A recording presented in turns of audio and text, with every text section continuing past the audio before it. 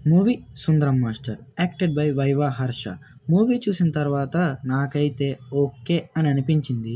Coming into story part, hero ఒక social teacher.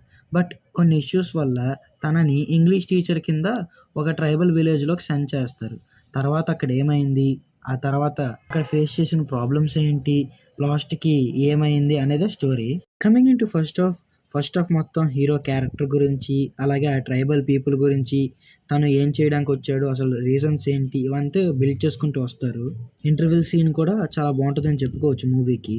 Coming into second half అయితే first హాఫ్‌తో పోలిస్తే second half కొంచెం down. Second half మొత్తం ఒక మోటివేషనల్ స్టోరీ, ఒక మంచి మెసేజ్ ఇద్దామని ట్రై చేస్తారు. బట్ వర్కౌట్ అవ్వదు. కమింగ్ ఇంటూ పాజిటివ్స్, ఈ మూవీకి పాజిటివ్స్ క్యారెక్టర్స్, అలాగే కాస్ట్యూమ్స్, అలాగే హీరో యాక్టింగ్, అలాగే ఒక 2-3 కామెడీ సీన్స్ కూడా పాజిటివ్ అని చెప్పుకోవచ్చు మూవీకి. Coming into negative, second half మొత్తం చాలా పెద్ద నెగెటివ్ అని చెప్పుకోవచ్చు మూవీకి.